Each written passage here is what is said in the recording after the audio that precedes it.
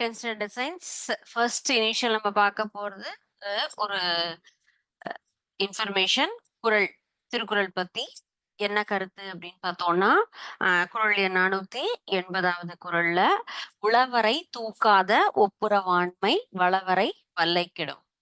குறள் உளவரை தூக்காத ஒப்புரவாண்மை வளவரை வல்லை கெடும். ஒருவர் தன்னுடைய அஹ் இப்போ வந்து பொதுவா தமிழ்ல ஒரு கான்செப்ட் சொல்லுவோம் இல்லையா? எந்த அளவுக்கு நம்ம கிட்ட பொருள் இருக்கோ அந்த அளவுக்கு தான் நம்ம என்ன பண்ணணும், அடுத்தவங்களுக்கு ஹெல்ப் பண்ணணும். நம்மளுடைய எஃபிஷியன்சி தெரிஞ்சதுக்கு அப்புறம் தான் நம்மளுடைய கெப்பாசிட்டி எவ்வளோ இருக்கோ அதுக்கு தகுந்த மாதிரி தான் நம்ம என்ன பண்ணணும், தனக்கு மிஞ்சி தான் தானம்னு சொல்லுவாங்க இல்லையா? அது போல நம்ம கிட்ட எந்த அளவுக்கு செல்வம் இருக்கின்றதோ அதை பொறுத்து தான் நம்ம என்ன பண்ணணும், அடுத்தவர்களுக்கு ஹெல்ப் பண்ணணும். சரிங்களா? இதுதான் இந்த குறளினுடைய மெயின் கான்செப்ட். தன்னுடைய வலிமை, செல்வம் ஆராயாமல் நாம் என்ன பண்ணக்கூடாது, அடுத்தவர்களுக்கு உதவக்கூடாது. அப்படி செஞ்சோம் அப்படின்னு சொன்னா என்ன ஆகும், நம்மளுடைய செல்வம் என்பது மிக எளிதாக நம்மை விட்டு என்ன ஆகும், நம்மளுடைய அளவே தெரியாம நம்ம வந்து உதவி செஞ்சுட்டே இருந்தா என்ன ஆகும், நம்மளுடைய செல்வத்தினுடைய அளவு கண்டிப்பாக குறைஞ்சிரும். உதவுதல் என்பது நம்ம வந்து கண்டிப்பாக ஹெல்பிங் டெண்டன்சி நிச்சயமாக வேண்டும். ஆனா அதுவே நம்மளால ஒரு பெருமைக்காகவோ, செய்யணுங்கிற நெசசிட்டி, ஒரு பப்ளிசிட்டிக்காக அந்த மாதிரியெல்லாம் செய்யவே கூடாது. எந்த ஒரு உதவியுமே நம்மால் என்ன அது பொருள் உதவியோ, அல்லது உடலால் உதவியோ, எதா இருந்தாலுமே, நமக்கே உடம்பு சரியில்லன்னா அடுத்தவங்களுக்கு போயிட்டு நான் ரொம்ப அதிகமா ஹெல்ப் பண்றேன் அப்படின்னு சொன்னா, என்னுடைய ஹெல்த் இஷ்யூ ரொம்ப மோசமாயிடும் இல்லையா?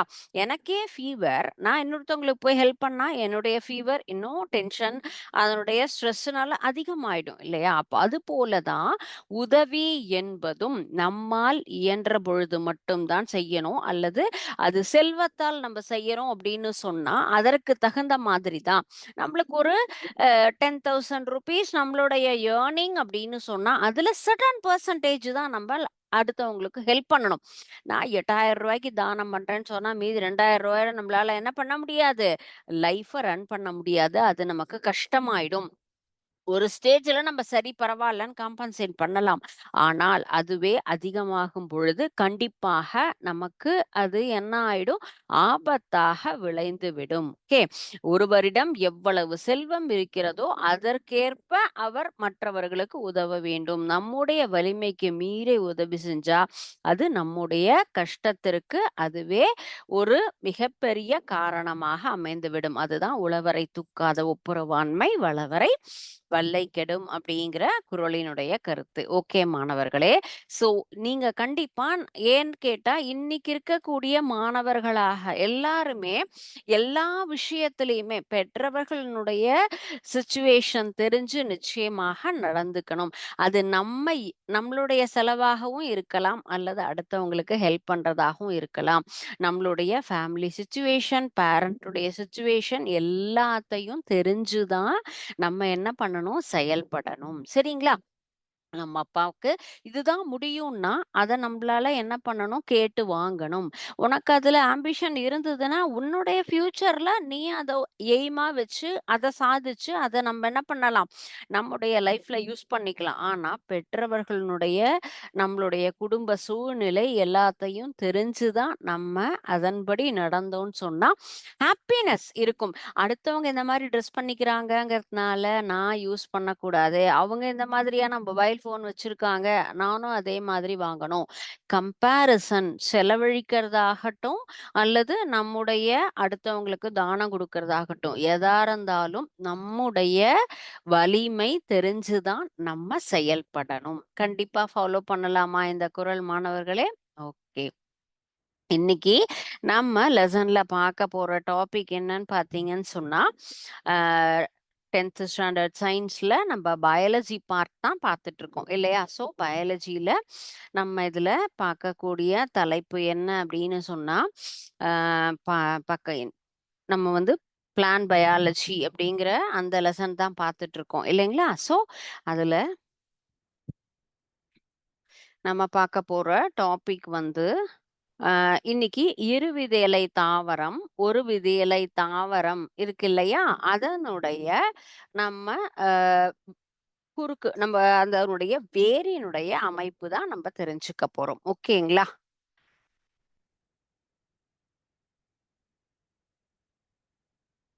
செகண்ட். ஃபர்ஸ்ட் புக்க ஷேர் பண்றோம் நம்ம. அண்ட் தென் நம்ம அதுல இருக்கக்கூடிய டீட்டெயில்ஸ் பார்த்துட்டு, அதுக்கப்புறம் மீதி டீட்டெயில்ஸ் எல்லாமே உங்களுக்கு நான் எக்ஸ்பிளைன் பண்றேன். ஓகே?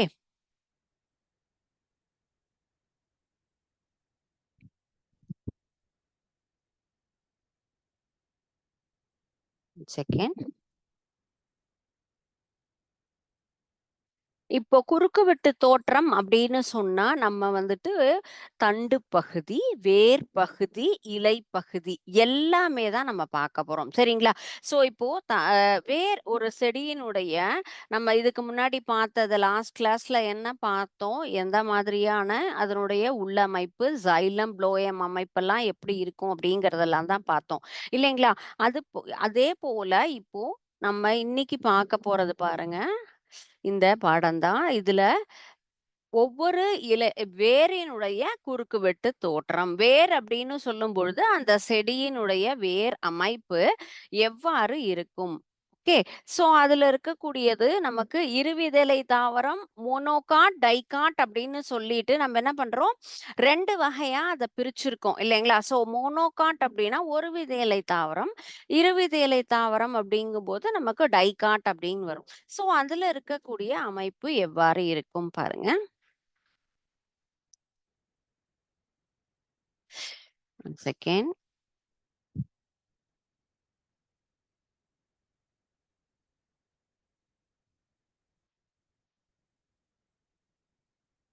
எஸ். இதான் நம்ம லாஸ்ட் கிளாஸ் பார்த்த பாடம் இல்லையா? ஸோ இந்த கான்செப்ட்ல ஃபர்ஸ்ட் என்னெல்லாம் இருக்கு? இப்ப இருவிதழை தாவரம் அப்படின்னு சொன்னா, அதனுடைய அமைப்பு, அதனுடைய வேரினுடைய அமைப்பு அப்படின்னு சொன்னா, வேரினுடைய குறுக்கு வெட்டு தோற்றம் அப்படிங்கிறது தான். ஓகே.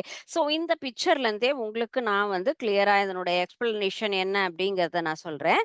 ஸோ இப்போ இருவிதையிலை தாவரம் அப்படின்னு சொன்னா எவ்வாறு இருக்கும்? அதனுடைய நம்ம மைக்ராஸ்கோப்ல எப்படி இருக்கும் அப்படிங்கிறத வச்சுதான் நம்ம பார்க்க போறோம். சரிங்களா?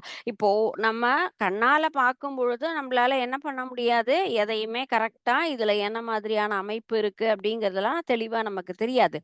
ஆனா மைக்ராஸ்கோப்ல பார்க்கும் பொழுது அதனுடைய அமைப்பு இதுதான் அதனுடைய நமக்கு கிராஸ் செக்ஷன் அப்படின்னு சொல்லுவோம் இல்லையா? அந்த பகுதி.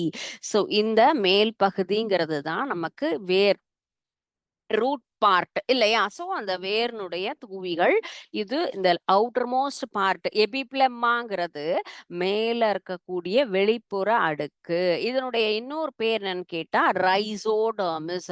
வாட் இஸ் ரைசோடெர்மிஸ் அப்படின்னு சொன்னா, ரைசோடெர்மிஸ்ங்கிறது இந்த outermost part of that root. நம்ம இந்த வேரினுடைய குறுக்குவெட்டு தோற்றத்துல நமக்கு மேல இருக்கக்கூடிய பகுதி.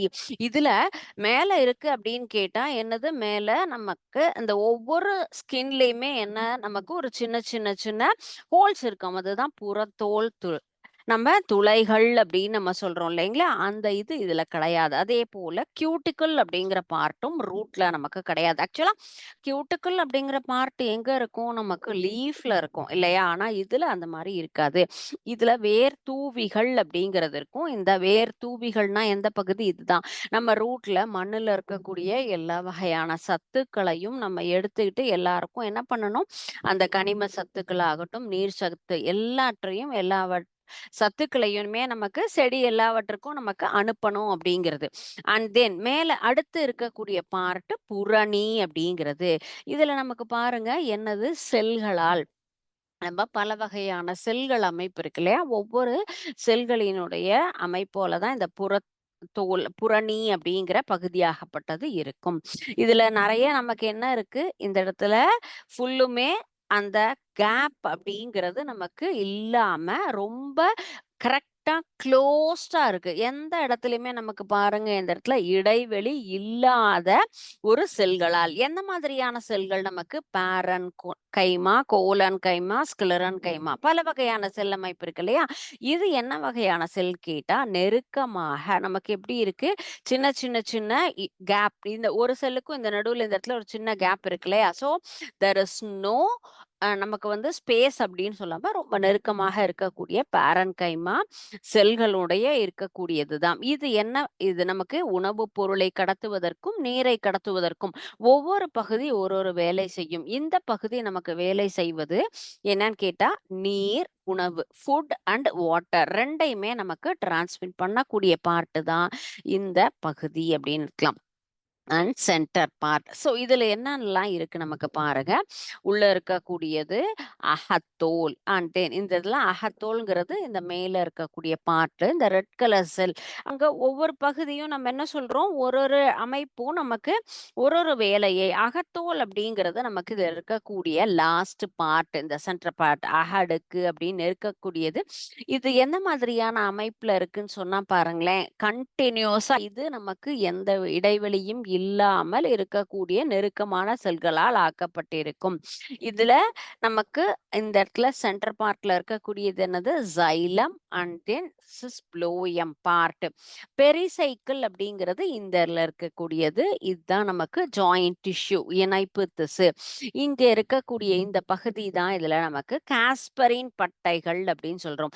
இப்போ இந்த இடத்துல எப்படி இருக்கு? ஹரிசாண்டலா கிடைமட்ட பகுதியில இருக்கக்கூடிய நமக்கு என்னது அமைப்பு தான் இந்த இடத்துல காஸ்பரின் பட்டைகள் அப்படின்னு நம்ம சொல்லுவோம். ஒவ்வொன்றுக்கும் ஒவ்வொரு ஸ்பெஷல் நேம்னு சொல்லலாம். இந்த இடத்துல வழி செல் அப்படின்னு சொன்னா என்ன, நமக்கு இந்த வழியாக நீரை அனுப்புகின்றது. ஒவ்வொருத்தருமே ஒருத்தருக்கும் நமக்கு ஒரு ஒரு பார்ட், நமக்கு ஒவ்வொரு ஆர்கன் சிஸ்டம் ஒரு வேலையை செய்வது போல் இந்த இடத்துல இருக்கக்கூடிய செல் அமைப்புகள் நமக்கு வாட்டரை அந்த இடத்துக்கு அனுப்பக்கூடிய ஒரு செயல்களை செய்யக்கூடியது. பெரிசைக்கிள் பார்ட் அப்படின்னு சொன்னா நமக்கு உள்ள இருக்கக்கூடிய இந்த அகத்தோல்ல இருக்கக்கூடியது இது பேரன்கைமா. எல்லாத்துலயுமே சப்ஹெட்டிங் எழுதணும்.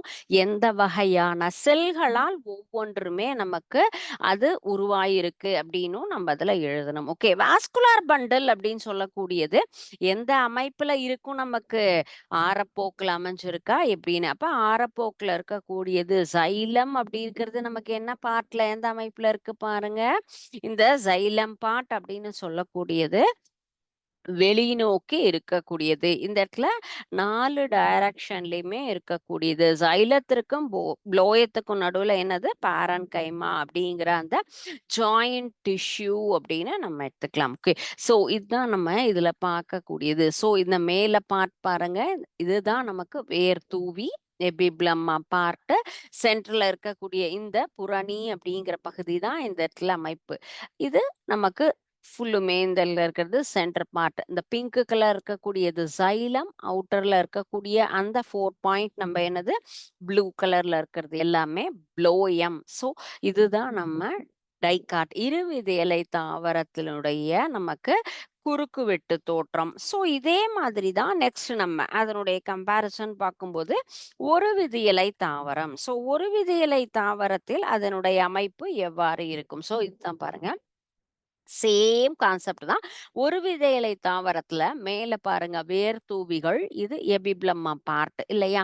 சோ இந்த பார்ட் என்ன செல்களால் ஆயிருக்கும்? ஒவ்வொன்றுமே ஒவ்வொரு வகையான செல்கள். பாத்தீங்க, இங்க இருக்கக்கூடியது என்னது? புரணி, காஸ்பரின். அண்ட் தென் சென்டர்ல இருக்கக்கூடியது அகத்தோல், pericycle part and then phloem. Pith அப்படிங்கிறது சென்டர்ல இருக்கக்கூடிய ஒரு பகுதி. சரிங்களா?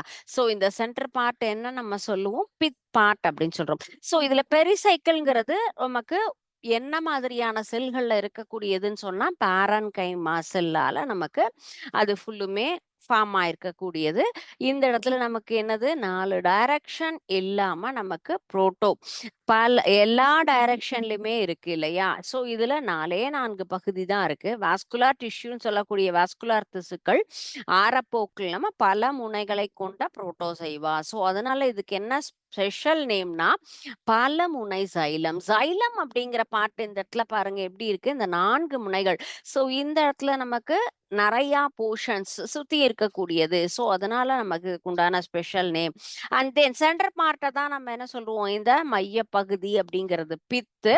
ஸோ இது செல்லுக்கு நடுவில் இருக்கக்கூடிய கேப்ல என்ன செல்களால் உருவாக்கப்பட்டது, பேரன்கைமா செல். ஸோ ஹியர் இந்த இடத்துல நமக்கு மோனோகாட் ரூட் அப்படின்னு பார்க்கும் பொழுது ஒரு வீத இலை தாவர வேர் கொண்ட அமைப்புன்னு சொன்னா பல முனைகள் கொண்ட நமக்கு என்ன அமைப்பு, சைலம். எத்தனை முனைகளால் ஆக்கப்பட்டது, நடுவில் இருக்கக்கூடிய பித் என்ன இருக்கும், இங்க வேர் தூவி அண்ட் எபிப்ளமா பார்ட் எப்படி இருக்கும், எந்த வகையான செல்களால்.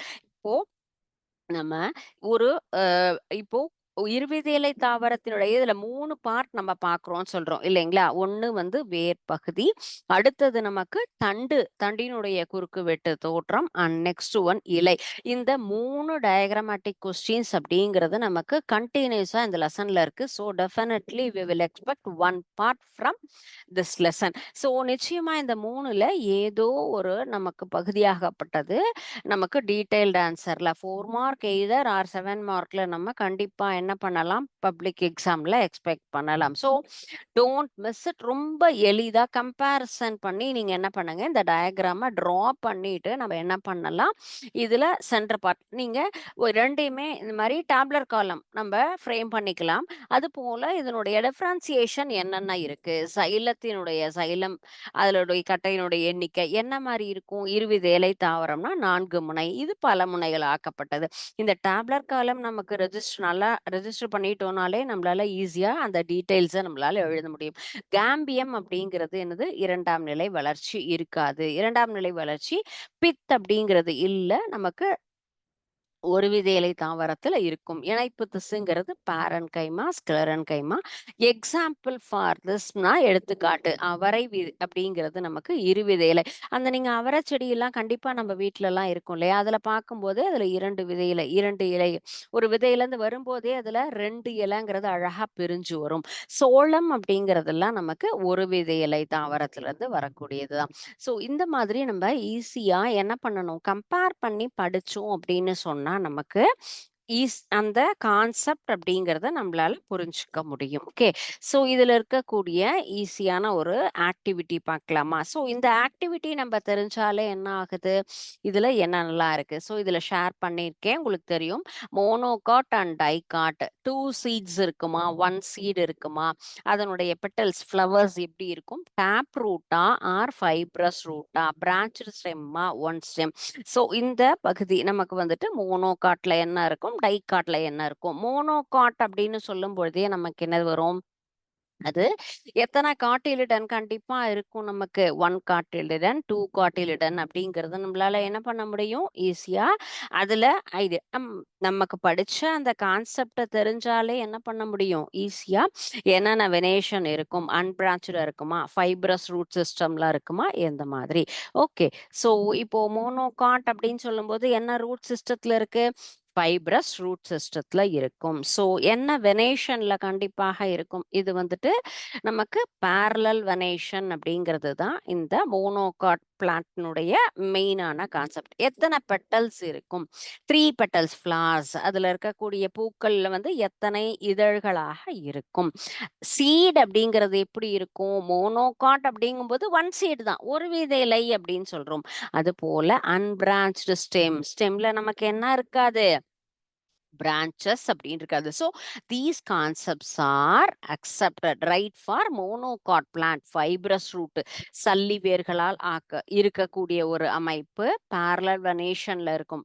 அந்த அமைப்பு இலைகளினுடைய அமைப்பு எவ்வாறு இருக்கும்னா, எத்தனை பூக்கள் இதழில் இருக்கும், 1 சீட் லோபு, ஒரு விதையில அன்பிரான்ச்டு ஸ்டெம். டைகாட் அப்படின்னு சொல்லும்போது நமக்கு எத்தனை இருக்கும், 2 சீட்ல இருக்கும். And then reticulate venation, tap root ஆணி வேற எல்லாம் இருக்கும், பிரான்ச்டு ஸ்டெம் இருக்கும், and then 4 to 5 petals. So these are all for dicot plant. So ஒரு வித இலை இரு வித இலை தாவரம் அப்படின்னு சொன்னா நமக்கு எந்த மாதிரியான அமைப்புகளோட இருக்கும் அப்படிங்கிறது தான் இதுல நம்ம தெரிஞ்சுக்கலாம். So all the answers are right.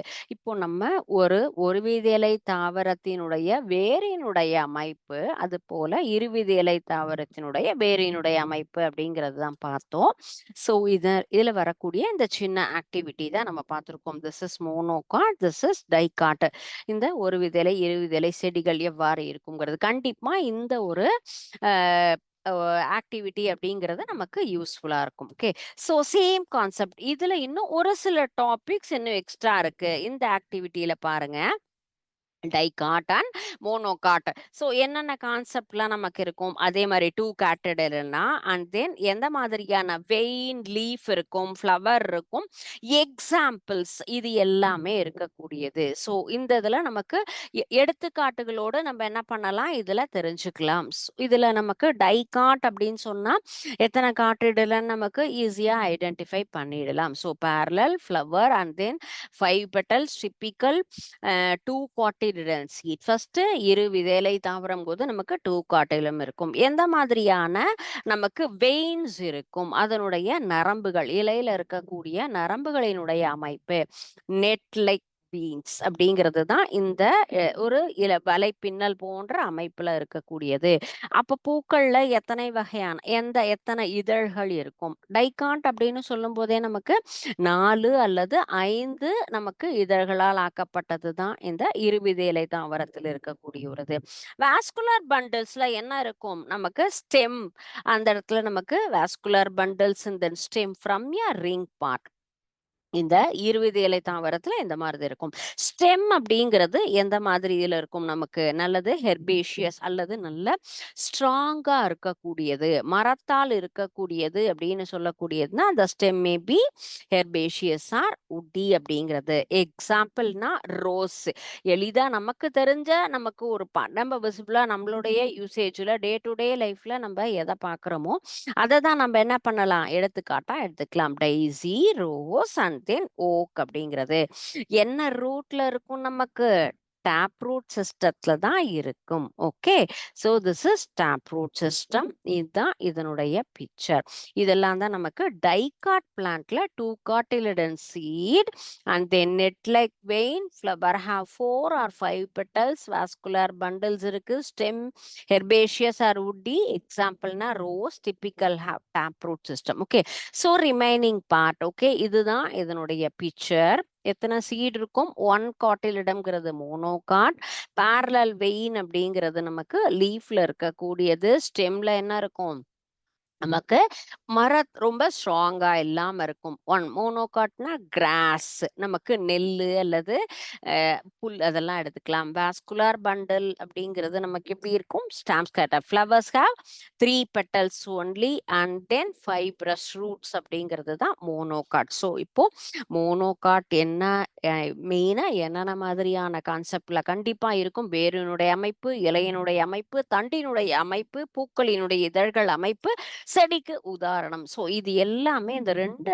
ஆக்டிவிட்டியில நம்ம என்ன பண்ணிட்டு இருக்கோம், லேர்ன் பண்ணிட்டு இருக்கோம். ஓகே ஸ்டூடெண்ட்ஸ், கண்டிப்பா இதை பத்தின ஒரு நல்ல ஐடியா அப்படிங்கிறது உங்களுக்கு இப்ப கிடைச்சிருக்கு. ஓகே, ஸோ இந்த 2 ஆக்டிவிட்டியுமே நம்ம பார்த்த இந்த ரிலேட்டட் கான்செப்ட்ல தான் இருந்திருக்கு இல்லையா. Okay, next one is, so இதுல இப்போ நீங்க பார்க்கக்கூடியது அடுத்து ஒரு சின்ன சிமுலேஷன்.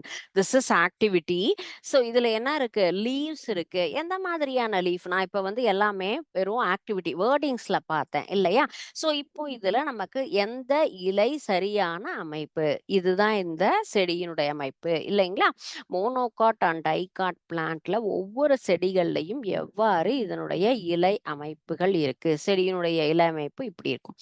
அண்ட் தென் இந்த செடியில எப்படி இருக்கும் நமக்கு, நான் இதுல இப்போ இந்த செடி நம்ம யூஸ்வலா வெளியில எல்லாம் பார்த்திருக்கோம்ல, இதனுடைய வேரினுடைய அமைப்பு, இலையினுடைய அமைப்பு, பூக்களினுடைய கொத்து எவ்வாறு இருக்கு அப்படிங்கிறத நம்ம தெரிஞ்சுக்கிட்டு இருக்கோம். ஸோ இந்த மாதிரி ஒவ்வொரு ஒரு வித இலை தாவரமா அல்லது இதுல பாருங்க ஒவ்வொன்றிலையும் 3 இதழ்கள், 5 இதழ்கள், 4 3 petals 4 petals சொல்லியிருக்கோம். ஸோ நம்ம என்ன பண்ணலாம், எப்படி சூஸ் பண்றோம், this is right answer for this plant. இப்போ ஒரு புல்லு அப்படின்னு சொன்னா இந்த மாதிரியான ஒரு பூக்களோட இருக்கக்கூடியதுதான் இது. நமக்கு அடுத்தது இந்த இலையினுடைய அமைப்பு, த சேம் கான்செப்ட் ஆல்ரெடி பார்த்தது தான். எஸ். இப்போ இதுல நமக்கு வாஸ்குலர் பண்டில். வாஸ்குலர் பண்டில் இதுல எந்த அமைப்பு? ரைட்டா இருந்ததுன்னா என்ன ஆகாது? இது ஓகே அப்படிங்கிறது நமக்கு அக்செப்ட் ஆயிக்கும். ஆர் அதர்வைஸ் என்ன ஆகாது? Wrong. So this is right answer. Just உங்களுக்கு கரெக்டாங்கிறதுக்காக தான் இந்த 3ஐயும் ஷோ பண்ணேன். இதுல இருக்கக்கூடிய வாஸ்குலர் கற்றைகளினுடைய அமைப்பு எவ்வாறு இருக்கும்? இந்த மாதிரியான அமைப்போட இருக்கிறது தான் இந்த ரோஸ் செடி. நம்ம பார்த்தோம் இல்லையா டைகாட்ல. இதுல நமக்கு அதனுடைய வாஸ்குலர் கற்றைகளினுடைய அமைப்பு இந்த மாதிரி இருக்கும். சரிங்களா? அண்ட் நெக்ஸ்ட் ஒன் இஸ் இப்போ இது என்னது? நம்ம மெய்ஸ் சோளம்னு பார்த்தோம் இல்லையா? இதனுடைய நமக்கு காட்டிலிடன்ஸ் மோனோகாட்டிலிடனா டைகாட்டிலிடனா அது பாருங்க. இந்த இந்த சோளத்தினுடைய உள்பகுதி எவ்வாறு இருக்கும் அப்படிங்கிறது தான் இந்த பிக்சர்ஸ். ஓகே, எத்தனை காட்டிலிடனோட இருக்கு அப்படிங்கிறது இதுல தெரிஞ்சுக்கலாம்.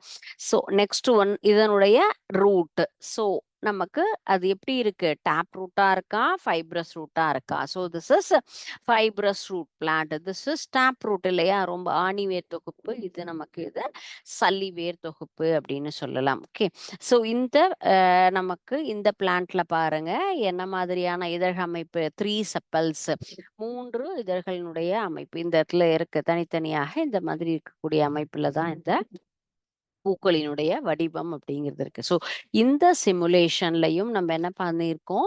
என்னென்ன வகையான பூக்கள் எப்படி இருக்கும்? அதனுடைய ஆணிவேர்னா என்ன? சல்லிவேர்னா என்ன? எத்தனை இதழ்கள்? வார்த்தைகளாலையும் பார்த்தோம். இந்த சிமுலேஷன்ல அத விஷுவலா நம்ம அதனுடைய அமைப்பு எவ்வாறு இருக்கும்னும் பார்த்துக்கிட்டோம். ஓகே. ஸோ ஸ்டூடண்ட்ஸ் இப்போ நம்ம பார்த்த கான்செப்ட்.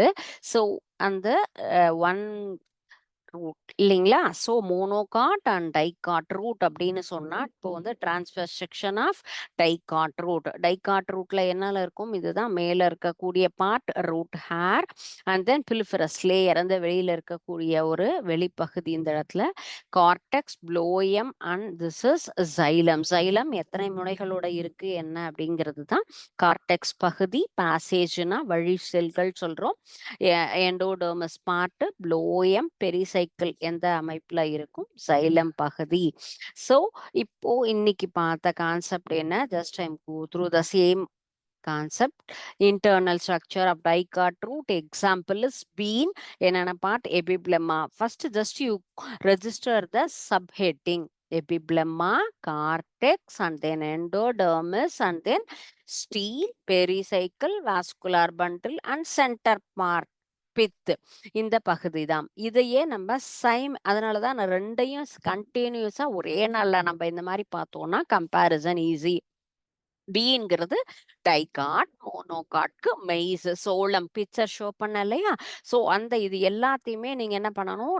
கரெக்டா அந்த விஷுவலா பார்த்த ஆக்டிவிட்டி ஆஸ் வெல் அஸ் நம்ம அந்த சிமுலேஷனுடைய ஹெல்ப்பால என்ன பண்ண முடியும்?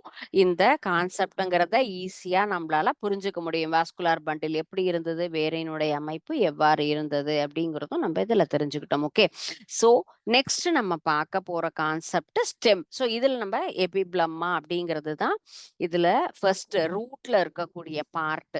ஸோ சாரி ரூட் பார்ட்ல நமக்கு எந்தெந்த பகுதி